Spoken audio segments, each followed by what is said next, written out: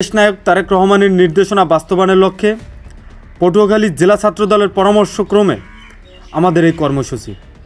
আপনারা যে ভিডিও দেখতে পাচ্ছেন, এই রাস্তাটি হলো বাউফল সদর ইউনিয়নের শেরেবাংলা সড়ক।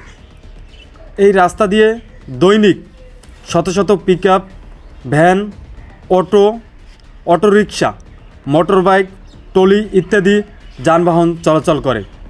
কিন্তু দীর্ঘ 3 থেকে 4 মাস পর্যন্ত এই রাস্তা দিয়ে যান চলাচল বন্ধ ছিল। এই বেহাল অবস্থা বাউফল উপজেলা ছাত্রদলের নজরে পড়ে। তাই আমরা অত্র এলাকার মানুষের দুর্ভোগ লাঘবের জন্য এই রাস্তাটি মেরামতের জন্য পদক্ষেপ গ্রহণ করি। বাউফল উপজেলা ছাত্রদলের এই কার্যক্রম যেন অব্যাহত রাখতে পারি, সকলে আমাদের জন্য দোয়া করবেন। আল্লাহ হাফেজ।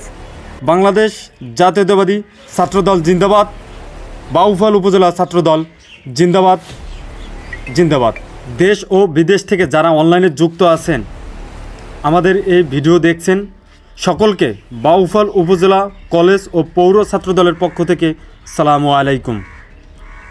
দেশনায়ক তারেক রহমানের নির্দেশনা বাস্তবায়নের লক্ষ্যে পটুয়াখালী জেলা ছাত্রদলের পরামর্শক্রমে আমাদের এই কর্মসূচি। আপনারা যে ভিডিও দেখতে পাচ্ছেন, এই রাস্তাটি হলো বাউফল সদর ইউনিয়নের শেরেবাংলা সড়ক। এই রাস্তা দিয়ে দৈনিক শত শত pickup, van, autorickshaw, motorbike, trolley ইত্যাদি যানবাহন চলাচল করে। কিন্তু দীর্ঘ 3 থেকে 4 মাস পর্যন্ত এই রাস্তা দিয়ে যান চলাচল বন্ধ ছিল।